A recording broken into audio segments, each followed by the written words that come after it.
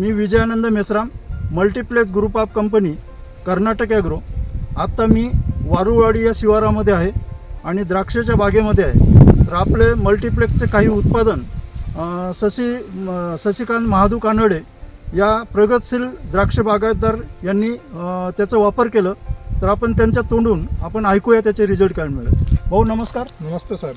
बरं, तर कुठल्या मल्टीप्लेक्सचे कुठले उत्पादन, तुमचा परिचय सांगा. माझा परिचय असा आहे की मी शशिकांत महादू कानडे, नारायणगाव, वरळवाडी, ओके. तालुका जुन्नर, जिल्हा पुणे. काय मोबाईल नंबर?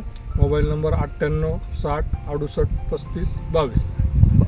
तर भाऊ आपल्या मल्टीप्लेक्सचे कुठले उत्पादन वापरलं तुम्ही? मल्टीप्लेक्स मी अन्नपूर्ण हां अन्नपूर्ण एकरी 5 बॅगा, भूमी संजीवनी 1 बॅग, हां green phosphorus 1 bag, okay. Green potash 1 bag आणि नवजीवन जी 25 किलो.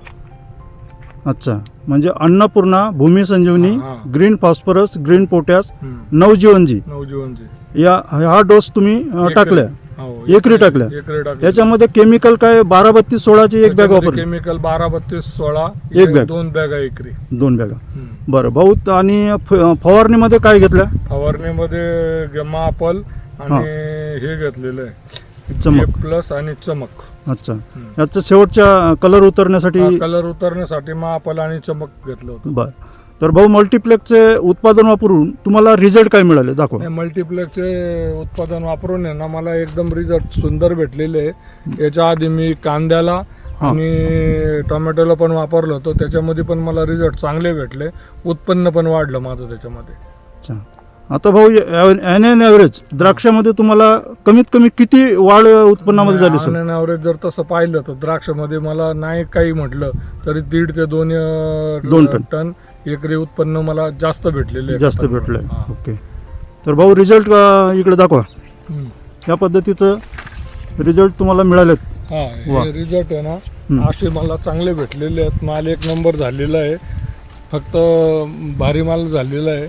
थोडंसं आता टेम्परेचरमुळे थोडा कलर कमी राहिला. याच्या आधीचे माल 1 नंबर होते, ते निघून गेलेले आहेत एक्सपोर्टला. अच्छा, एक्सपोर्ट झालेला पहिला 1 नंबरचा माल निघून गेलेला आहे. निघून गेलेला आहे. आता हा दुसऱ्या याचा आहे, सेकंड राऊंड आहे. सेकंड राऊंड आहे.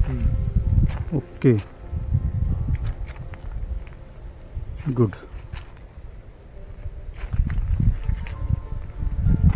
बरं भाऊ, दुसरं पानं टिकण्याचं काय क्षमता आहे? पानं टिकण्याचं असं सांगू शकतो की हे मापल आणि चमक मारल्यामुळं पानं पण एकदम हिरवीगार आणि ग्रीन फ्रेश राहिलेली आहेत. पानं माझ्याकडं पानं अजिबात खराब झालेली नाही. सगळे जरी प्लॉट पाहिले, 10 एकर क्षेत्र आहे माझं. आजही पण शेवटचा राऊंड आहे एक्सपोर्टचा, एकदम पानं हिरवीगार आणि लसलशीत. पानं दाखवा भाऊ. हे बघा ही पानं एकदम हिरवीगार पानं दिसतात आणि लुसलुशीत पानं आहेत. कुठं सुद्धा डॅमेज झालेली पानं नाहीत. वा, गुड, छान. बरं भाऊ, आपल्या पंचकृषीतील शेतकऱ्यांसाठी तुमचा मोलाचा संदेश काय राहील? नाही, मी तर एवढंच सांगाल त्यांना का तुम्ही पण ही खतं वापरली तर तुमचा पण फायदा त्याच्यामध्ये होऊ शकतो. खताची क्वालिटी पण चांगली आहे, वापरायला काही हरकत नाही. मी आता जवळपास 2 वर्ष झाली ही खतं वापरतोय. पहिले कांद्याला वापरली, नंतर टोमॅटोला वापरले आणि नंतर या वर्षी द्राक्षाला पण वापरले.